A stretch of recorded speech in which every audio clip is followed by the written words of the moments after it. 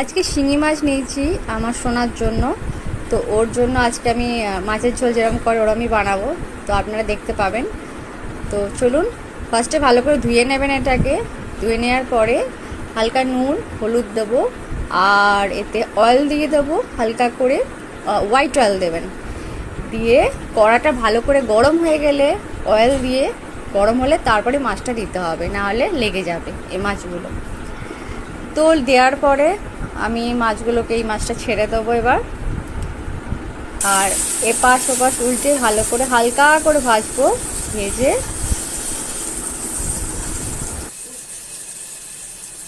ভেজে তুলে নেব একটা পাত্রে, একটা একটা করে ভাজবো আর ভেজে তুলে নেব।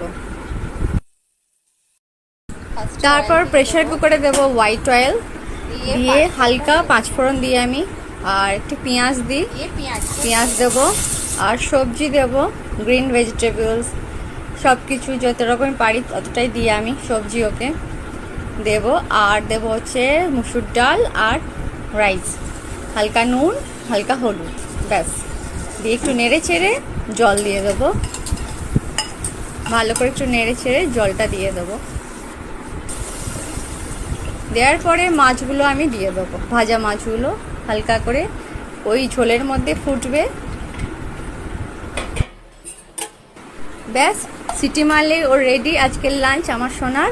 তো আমি ওর জন্য সব কিছুই আলাদাই রাখি, ওর বাসনপত্র সব কিছু আলাদা ওর।